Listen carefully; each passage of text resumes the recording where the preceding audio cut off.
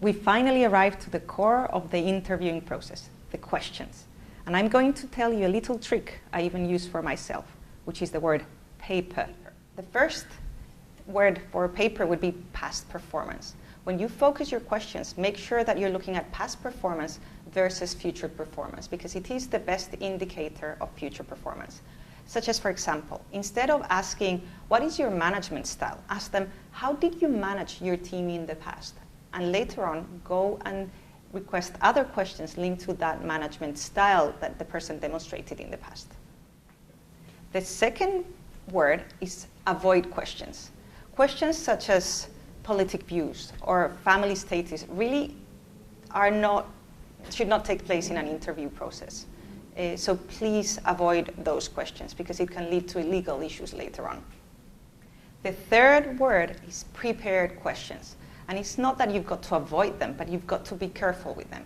Questions such as, what are your 3 strengths and 3 weaknesses? People prepare them in advance, so just be cautious when you use them and pay attention.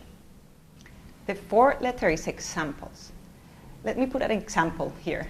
Instead of asking someone, how do you manage your time? Ask them, give me an example where you had a short deadline. How did you manage that? And also go deeper afterwards and ask, well, and tell me, what did you learn of the things that you didn't do right that time and that you could do better, or you are doing better after the learning process you had? And the last question, the fifth one, the most important one, relevant. All questions have to be relevant for the job. For example, the famous question on how many ping pongs fit in the overhead container of an airplane. That's not really relevant for any job we do here at Cosentino, right? So let's make sure that all the questions we ask are relevant. Because also, how are you going to assess one candidate versus another when they give you an answer towards that question? So as mentioned, the trick, 5 words. Paper. Past performance is the best or one of the best indicators of future performance. Avoid questions that can get you into legal trouble and are not really relevant for the job. Prepared questions. It's not that you avoid them, but be careful with what they answer.